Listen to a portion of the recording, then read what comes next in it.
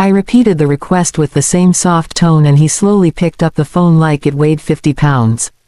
When he placed it in my hand I felt a shift in the room. It was like the walls leaned in a little closer, curious about what was about to happen next. I opened the message thread with my so-called best friend and the room went still. You could almost hear the fear crawling up both their throats. I did not raise my voice. I did not accuse or insult or scream. Instead I held the phone out between us and asked one simple question. Would either of you like to explain this to me? The silence that followed was heavy enough to bend the air. My husband blinked hard like he was searching for a lie that would save him. My best friend stared at the floor as if the truth was written there. For a long moment nobody spoke. I watched their faces the way a teacher watches students after revealing the answer to a test they both failed. There was no satisfaction in it, not yet. Just truth. Pure, exposed, undeniable truth. When they finally began to speak every word sounded like a struggle.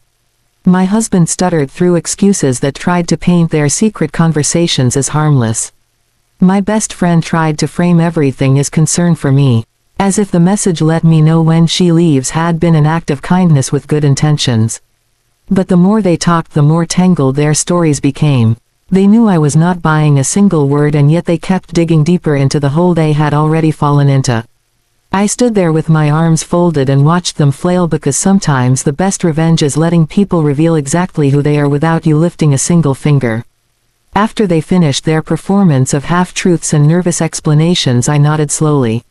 Not because I believed them but because it was time for the next step. The step I had been preparing for. I walked over to the table, picked up a small box I had placed there earlier and held it gently in my hands. The box was simple on the outside but the contents carried a truth far sharper than any words either of them could offer. I turned back to them and held the box out to my husband. He hesitated, unsure of what was happening. But eventually he took it from me with shaking hands. "Open it," I said, my voice still calm, still steady, still in control. He lifted the lid and when he saw what was inside the color drained from his face so fast it was like watching the sun set in a single second. My best friend leaned forward trying to see what it was and when she finally caught sight of it she let out a small gasp that she tried to swallow.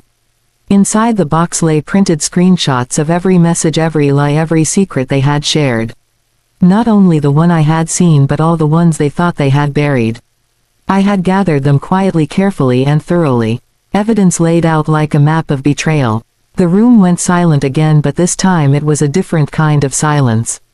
Not fear, not anticipation, but realization. They were fully exposed. They could not run. They could not twist the story. They could not hide. I had laid everything bare without ever raising my voice. My husband began to speak again but I held up my hand and he fell silent like a child caught misbehaving. I walked toward him slowly and took the box back from his hands. Every step I took felt strong, like the floor itself was lifting me higher. When I stood in front of him I told him I knew about the lies, the messages, the plans and the betrayal. I told him I had known for days. And then I told him the part that broke him. I said I did not act immediately because I wanted to see who he would choose when he believed I was still blind. I wanted to see how far he would go. He tried to speak again but I did not let him, because this moment was mine, not his. I turned to my former best friend and told her that sisterhood built on secrets is not sisterhood at all. That a woman who smiles in your face while plotting with your husband behind your back is not a friend but a snake bathing in perfume. Their reactions told me everything. Shock, humiliation, fear and guilt all tangled together on their faces. And yet I felt nothing but a deep warm wave of peace wash through me. Not happiness, not gloating, not vengeance-soaked triumph. Just peace. Because truth delivered with dignity is the greatest power a woman can hold. I told them both that this was not a moment of begging or forgiveness or negotiation. This was a moment of clarity. My clarity. I told them I was done with both of them. And then I did something neither of them expected. I smiled. A full, soft, confident smile that held no pain at all. Because they no longer had the power to hurt me. My husband reached out for my hand but I stepped back. My best friend tried to speak but her voice cracked. And I simply stood tall in the middle of that room like a woman who had returned to herself after being lost for far too long. I walked toward the door, opened it and told her she could leave my home and never return. She hesitated, but the look in my eyes told her I meant every word. She stepped outside and I closed the door without looking back. My husband stood alone now, looking small in this house he once thought he ruled. He asked what I planned to do next. And I told him the truth. I planned to live. I planned to heal. I planned to rise. But none of it would include him. The revenge was not the exposure, was not the box, was not the evidence. The revenge was my freedom. The revenge was choosing myself. And as I walked past him, leaving him to sit in the wreckage of his own choices, I felt a strength in me that I had never known before. A strength born not from anger but from clarity. A strength carved by betrayal but crowned with dignity.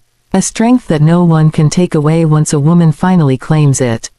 When I reached the final stage of my journey through that wild, unbelievable, shocking birthday revelation, I felt something inside me settle into a strength I did not even know I could carry. After years of being the woman who protected everyone, who comforted everyone, who forgave too quickly and questioned too slowly, I finally understood the deep, quiet truth that comes when a woman stands up for herself without raising her voice. As the night settled and the room grew silent after all the chaos that had unfolded, I sat alone with my thoughts and felt a wave of calm wash over me. It was not peace exactly, but it was the beginning of peace. It was the moment when I realized that I had stepped into a new version of myself, and that version was not here to be broken or bent ever again. I thought about the shock on my husband's face when I gave him that box. I thought about the way his eyes widened with fear when he realized that his long-hidden truth had finally reached the light.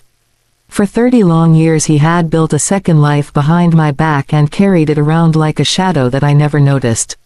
I thought about the family he brought with him on my birthday like a twisted gift wrapped in guilt and secrecy. I remembered the gasp in the room, the stunned silence, the way every person felt the tension even if they did not know the whole story.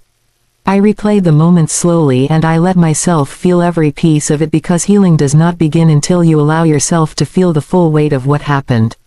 But through all of that, something steady grew inside me. I realized I had handled the situation with a strength that was bigger than anger. I had not screamed. I had not fallen apart. I had stood tall like a storm that does not need thunder to be powerful. And the box I gave him was not just a symbol.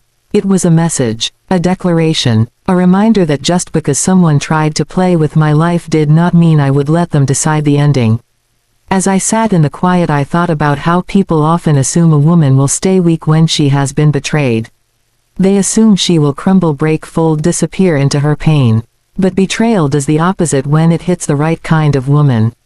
It sharpens her, it molds her, it creates a fire inside her that cannot be blown out by lies or fear or guilt. And I felt that fire rising inside me now, warm, steady, strong. It was the fire of a woman who finally knew her worth down to the bone. I walked to the window and looked out at the night sky.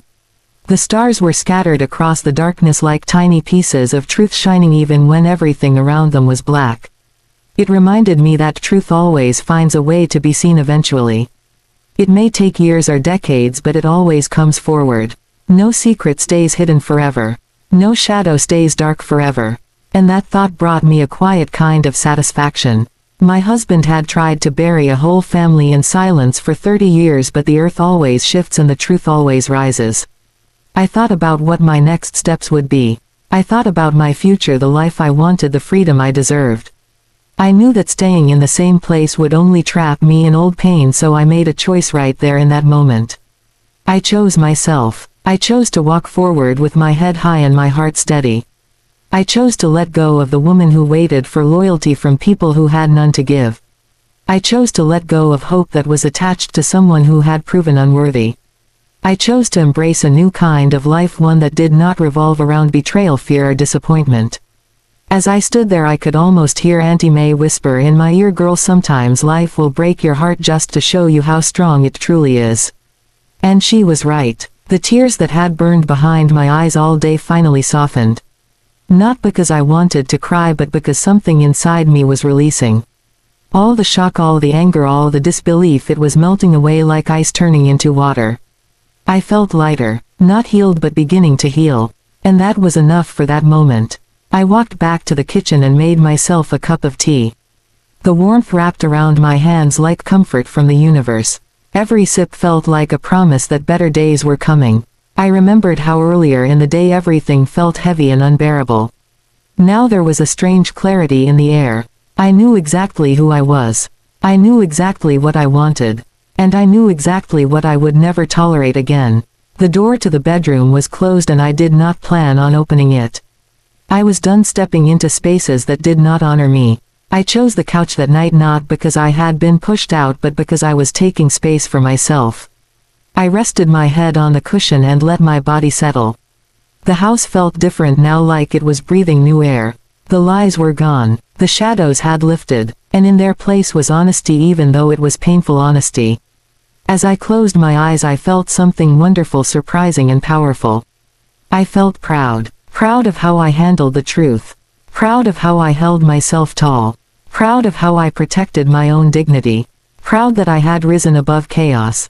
I knew the road ahead would not be easy, but I also knew this was the beginning of a life where I would never again let anyone make me small.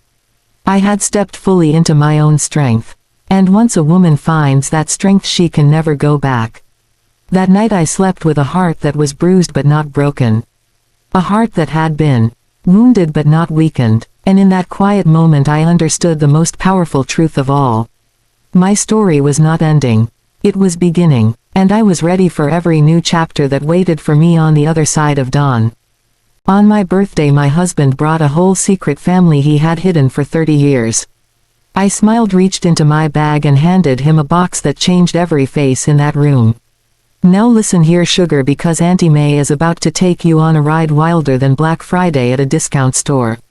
Picture this: balloons floating in the air, cake sitting pretty, everyone dressed up real sweet, ready for a celebration. And then my husband of all people walks in with a surprise so big it could knock the seasoning out of a frying pan. Behind him stands a woman and two grown adults who look suspiciously like him in the eyes, the chin, the attitude and the audacity. 30 years of secrets, 30 years of lies, 30 years of living like a man who thought he could balance two lives and never pay the bill. And let me tell you, sugar, the bill showed up on my birthday. Now a weaker woman might have screamed or fainted or started swinging a handbag like a helicopter in a thunderstorm. But not me. No, baby. I smiled like a queen who already had her victory planned. I let him finish his little announcement. I let the room gasp. I let the silence fall. Because what he did not know was that I had a surprise of my own. And oh honey, my surprise was wrapped in a little box with a bow that could slice through the soul. So gather close. Auntie May is about to break down the lessons, the warnings and the blessings that come when a man forgets who he married and underestimates the strength of a woman who refuses to be played. When my husband walked through the front door on my birthday with that strange family trailing behind him, I felt something inside my chest twist in a way I had never felt before. It was like the room tilted and the air grew heavier, though I kept the soft, steady smile of a woman who had already lived through storms far greater than this one. I stood still with my hands folded, the same way you hold your fingers together when you want to stop them from shaking. My eyes moved from one face to another, and each face looked back at me with a mixture of fear and guilt, as if they had stepped into a room that was too bright for their secrets. It was then that I knew this was not a moment born out of love or honesty. This was a moment born out of desperation. My husband cleared his throat the way a child does when they are about to confess something they should have said years ago. He opened his mouth slowly and said, "This is my other family." 4 words that crashed into the walls like thunder. 4 words that scratched across my heart like metal dragging over stone. And yet I kept my smile. A soft, polite, controlled smile. The kind of smile that tells the whole world that you may have shaken me, but you will not break me. Not here. Not now. Not on the day that I chose to celebrate my life. The woman standing next to him could not meet my eyes. Her shoulders sagged and her hands fidgeted with the edge of her shirt. The children behind her, grown adults, now shifted uneasily, their gazes bouncing from their father to me like they were waiting for someone to yell or scream or break into pieces. But Auntie May does not break on command. Oh no, she breaks expectations instead. And so I simply said, "Well, isn't this something?" My voice did not tremble. My spirit did not bend. I felt myself rising higher inside my own body, as if I was being lifted above the pain so I could see everything with clarity. As they stood there awkward and silent, I thought back to the years I spent loving this man. Years filled with moments that now felt borrowed. Years filled with birthdays and anniversaries that had been shared not just with me but with another family, hidden away like boxed up furniture in a dusty garage. I remembered the nights he came home late and claimed he had extra work. I remembered the weekends he said he needed time to think. I remembered the holidays he spent out of town with some excuse that felt thin but believable because I wanted to believe. And in that moment I realized I had been living with the shadow of truth for 30 long years without ever seeing the shape of the monster it belonged to. Still I kept smiling, not because I was happy and not because I was numb, but because I understood something powerful at that moment. When the truth finally steps out of the dark, it expects chaos. It expects collapse. It expects brokenness. But when you face it with stillness, it becomes frightened. The truth is not as mighty as it thinks it is when you look it in the face without shaking. So I stood there and let my husband struggle for words. Let him trip over sentences. Let him try to explain a lifetime of lies with the weak little scraps of excuses he had left. He said he wanted to be honest now. He said he wanted to bring everyone together. He said he did not want to live in hiding anymore. And each sentence felt like watching someone decorate a house after it had already burned down. The time to tell the truth had been decades ago. The time to be honest had been when vows were spoken. The time to stand as a real man had passed long before this day. Yet he stood there hoping that now on my birthday I would become the forgiving angel he imagined in his mind. But what he did not know was that I had been preparing for this day without even realizing it. All the years I spent growing stronger, wiser, more grounded had sharpened me into the kind of woman who does not crumble when the ground shifts under her feet. Instead, she roots herself deeper. I walked closer to them, and every step I took made them more uneasy. I could feel the weight of their guilt pressing the air between us. The woman finally lifted her eyes to mine, and in that gaze I saw everything.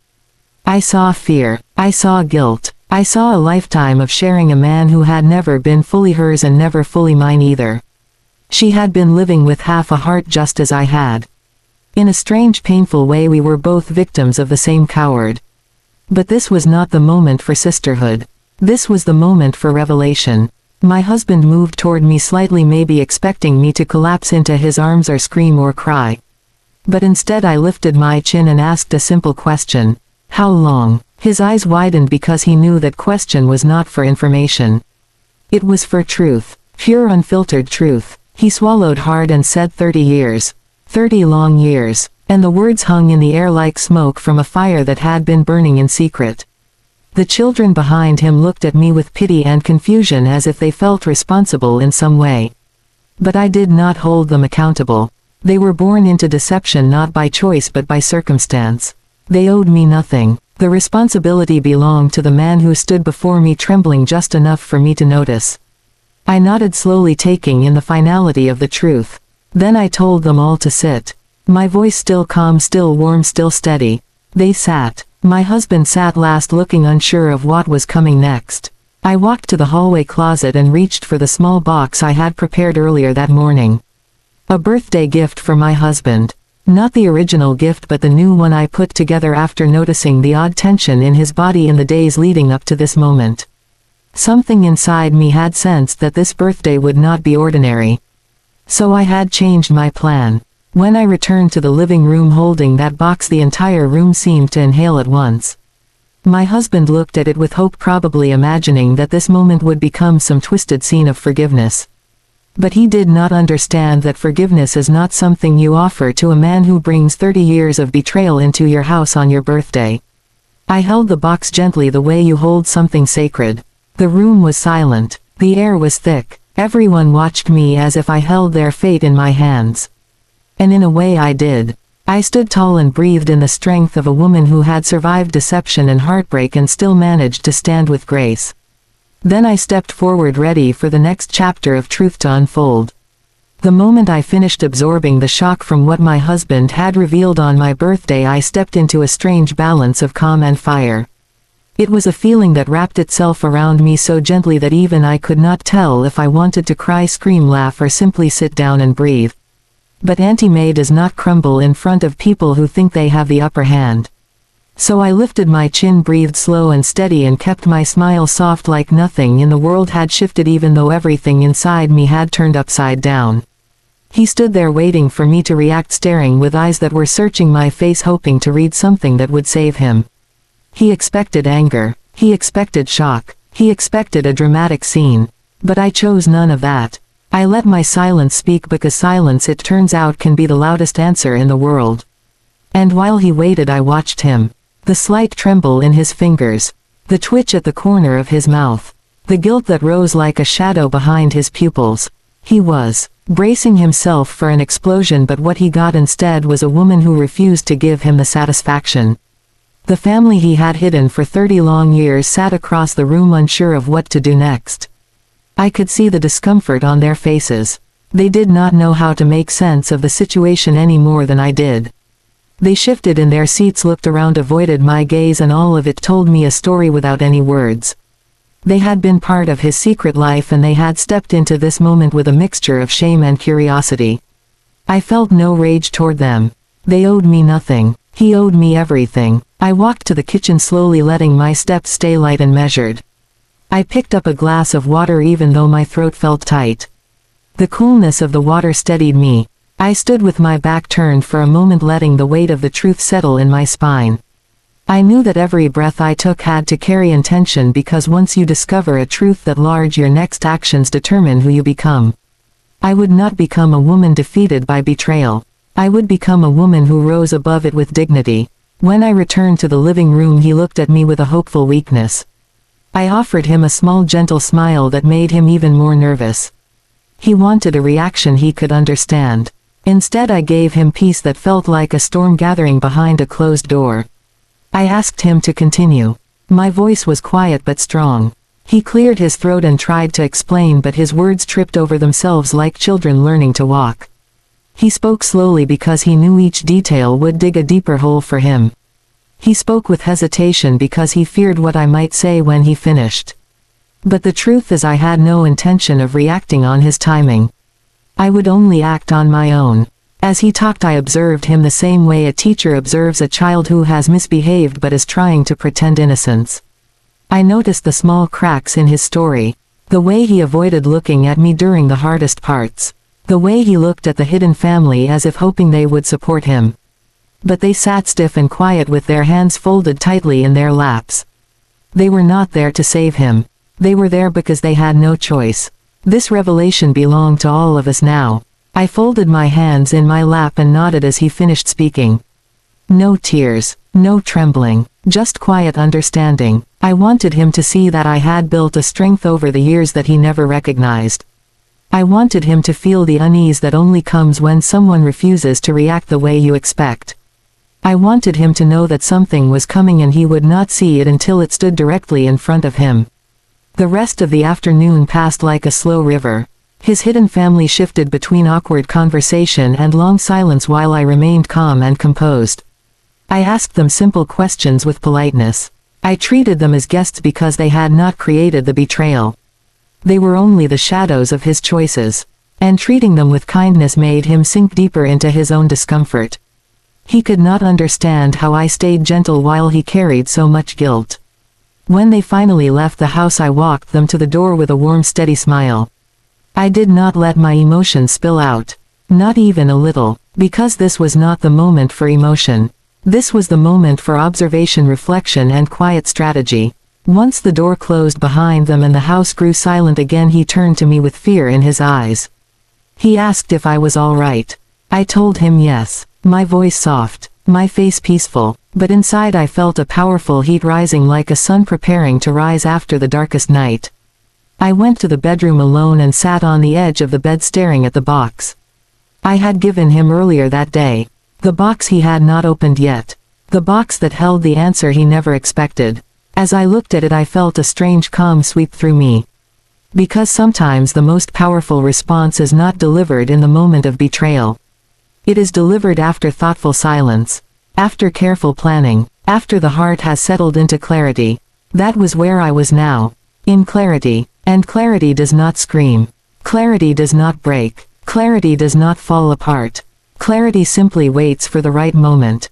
And I knew my moment was coming. It would not be loud. It would not be violent. It would not be desperate. It would be precise, elegant, and unforgettable. A reminder that betrayal may shake a woman but it does not define her.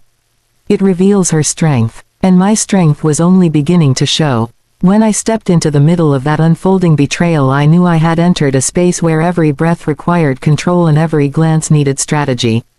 Watching the truth take shape around me without letting either of them know I understood it all was like walking barefoot on broken glass. Every step hurt, yet every step strengthened me. I had to let the story play out right in front of me, because sometimes you learn more by staying silent than by charging into a battle unprepared. And Auntie May is never unprepared. No ma'am, not ever. I kept moving through my days with a soft smile and steady eyes, as if life had not just handed me a bitter truth. My husband would walk into the kitchen with his usual grin, acting like a man who believed he still held every card. I let him think that. He would check his phone with that quick little flick of his wrist like he believed he was being subtle. I let him believe that too. Sometimes letting a liar feel safe is how you make sure he exposes everything without you asking a single question. My so-called best friend kept visiting with that sugary sweet voice, pretending she carried no dark secrets at all. She talked about her week, she talked about her job, she talked about her new hair, and she talked about everything except the one thing she should have admitted. And I listened. I watched the way her eyes darted toward my husband. I watched the way she adjusted her clothes whenever he walked by. I watched the way she laughed too loudly at jokes that were not even funny. Oh, I was watching all right. And with every visit the picture grew clearer and clearer, like someone wiping fog off a window. There were moments when the truth almost slipped out of me. Moments when I felt my voice rising from deep inside my chest, ready to shout and shake the walls. But I swallowed those moments, because if I stormed in too soon they would twist everything into confusion and excuses and fake shock. I did not want their performance.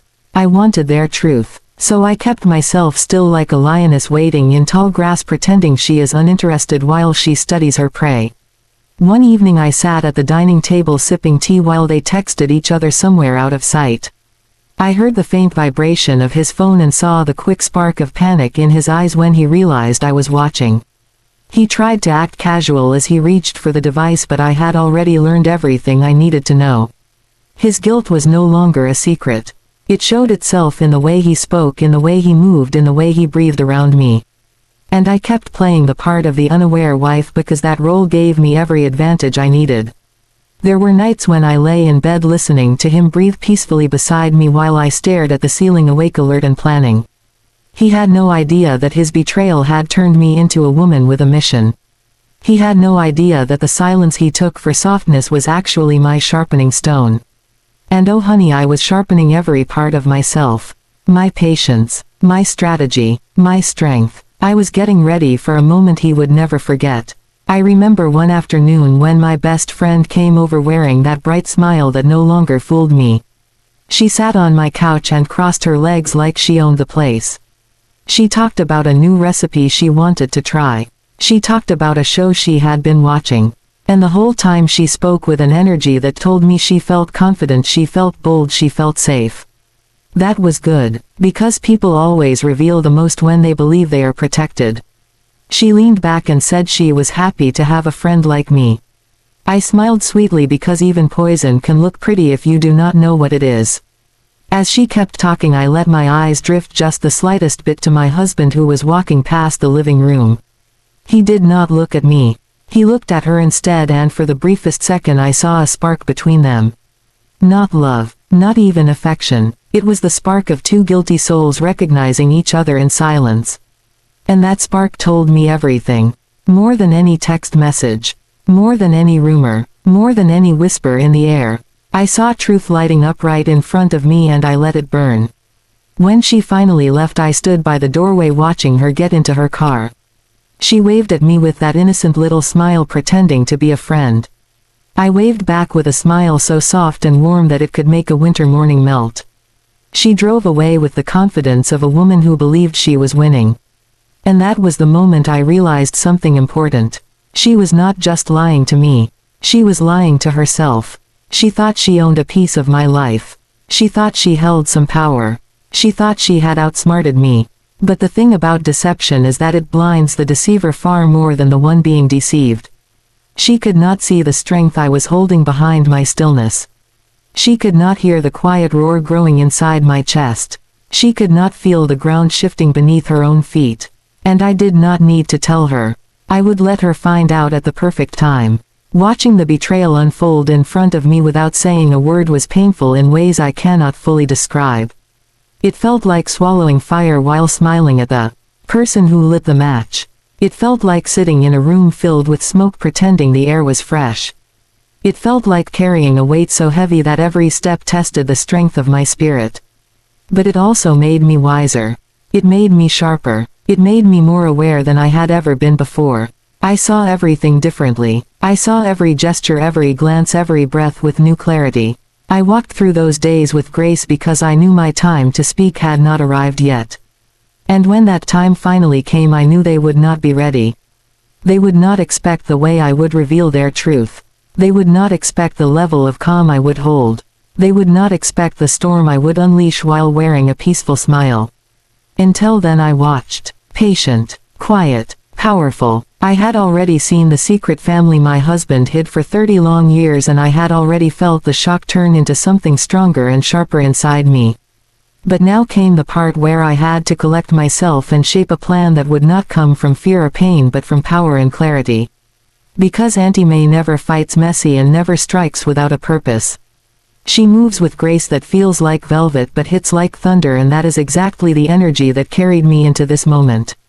After everyone sat down in the living room pretending that the world had not just cracked open, I excused myself politely and walked into the kitchen. I knew they were watching me through the doorway, wondering what I was thinking, wondering whether I would cry or scream or collapse on the floor. But I moved slowly and lightly because sometimes the quietest step carries the loudest truth. I leaned my hands on the counter and breathed deep, letting the weight of the past 30 years settle in my body like heavy stones sinking to the bottom of a lake. I thought about all the birthdays I spent with that man, all the meals cooked, all the sacrifices made, all the moments I fixed his mistakes and held his world together while he carried an entire secret life like a shadow following him through the years. I felt the anger rising, but I did not let it break the surface. Anger is loud and uncontrolled. I needed something clean, steady and sharp. I poured myself a glass of water and listened to the sound of my breath. I reminded myself who I was before this revelation and who I had become because of it. I reminded myself that I was a woman who built her own strength through storms that would have drowned others. I reminded myself that when life tries to shake my crown, I do not take it off, I fasten it tighter. So I walked back into the living room with a sweetness in my step that surprised even me. They were all sitting in silence like children waiting for the teacher to speak. My husband looked pale, like he wanted to melt straight through the couch and disappear into the floor. And that was the moment I understood something very important. He was afraid, deeply afraid, not of the truth being exposed, not of the family sitting beside him, but of me, of what I would do now, of what kind of woman I truly was now that the blindfold had been lifted. I took a seat across from them and folded my hands gently in my lap. I looked at every face in that room and studied the discomfort, the guilt, the shame, the confusion. They had expected tears or rage or maybe even a dramatic scene that would give them an excuse to play innocent. But I was not giving them that. I was giving them calm. And calm can be terrifying when someone knows they have wronged you for decades. My husband cleared his throat and tried to speak, but the words tangled in his mouth. He started mumbling about mistakes and youth and complicated choices. I listened without blinking. His voice sounded small, like a child caught stealing something he could never put back. He kept trying to explain as if 30 years of choices could fit inside a few shaken sentences. As he talked, I realized something with crystal clarity. He was not trying to make things right. He was trying to escape the consequences. And there was no way in this world that I would let him walk away from what he had done without understanding the depth of it. So I lifted my hand gently to silence him, and he fell quiet instantly. The room grew still, as if even the air was waiting for what I would say. But instead of speaking, I stood up and walked to the hallway. I opened the cabinet and pulled out a small velvet box. The same box I had prepared days earlier when I felt a strange stirring in my spirit.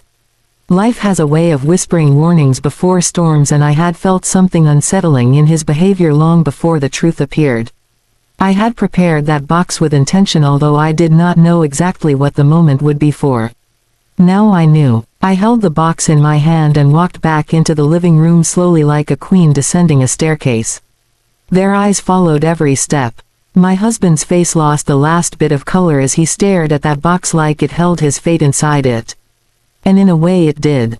But before I gave it to him I sat down again and began to speak with a voice so steady it almost scared me. I told him that truth is not a weapon unless you force someone else to carry it. I told him that love cannot exist in the dark because shadows eat every part of it until nothing remains. I told him that loyalty is not measured by smiles or promises but by choices made when no one is watching. As I spoke I watched his shoulders drop lower and lower as if every word pressed down on him like the weight of the years he had hidden. Then I looked at the family he brought into my home. I told them calmly that I did not blame them because they were living the life he built for them and the lies he fed them. I told them that secrets do not grow without protection and someone had protected this one like a precious seed watered with silence for 30 years. And that person was not me. Then I placed the velvet box gently on the table. Everyone stared at it the way people stare at something sacred and dangerous at the same time. My husband reached for it slowly but I lifted my hand again telling him not to open it yet. Because the box was not the point. The moment was. I explained that keynote 4 in my story was not about revenge itself. It was about the preparation. About the understanding that before you strike back you must gather your soul and straighten your spine. You must rise from the ashes of betrayal with purpose and not desperation. You must step into your power without letting your pain choose your words or your actions. I reminded myself in that moment that I was doing this not to destroy anyone but to reclaim myself. To take back the pieces he had taken without my permission. I rose from my seat again and walked toward the window and let the sunlight hit my face. The warmth on my skin felt like a blessing. It felt like the world whispering that I was not alone, that I was not broken, that I was not defeated. I turned around and looked at all of them and spoke words that surprised even me. I said that forgiveness is a choice but so is consequence. I said that a life built on lies cannot stand once truth walks in the door. And I said that I was choosing myself for the first time in a long time. Then I sat back down and slid the box across the table toward my husband. His hand hovered over it like he was afraid to touch it. And he should have been. Because inside that box was the beginning of the ending he had created himself. I told him to open it only when he was ready to face everything he had done. And then I stood up, walked to the hallway and left the room filled with silence heavier than truth itself. When the moment finally arrived for me to reveal the truth I had been carrying, the air around me felt thick like the sky was holding its breath on my behalf. I had spent days walking through my home with the quiet power of a woman who knew everything yet said nothing. And now the truth felt ripe like a fruit that had grown heavy on the branch. It was time to let it fall. Not in anger, not in chaos, but in a kind of grace that only a woman who has been deeply wounded yet carefully patient can deliver. I remember standing in the center of the living room with the lamp casting a warm glow that made the whole space look softer than the situation deserved. My husband sat across from me thinking this was just another normal evening. My so-called best friend had joined us after sending a message pretending she was stopping by to ask for advice. I watched them both settle into the room unaware that the truth they had tried to hide was about to come alive right before their eyes. I took a slow breath and felt the strength spread through my chest like warm honey.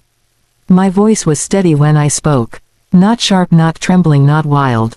Just calm. I asked my husband if he could hand me his phone because I wanted to check something. The look that passed across his face was quick but not quick enough for me to miss. His eyes flickered with a kind of panic so tiny that only a woman who has studied him for years could catch it. He tried to smile through it though. He tried to keep his voice light as he asked me why I needed it. And that was the moment I knew he understood exactly what was coming. He knew the truth had slipped through his fingers long before this moment. He just did not know how I planned to release it.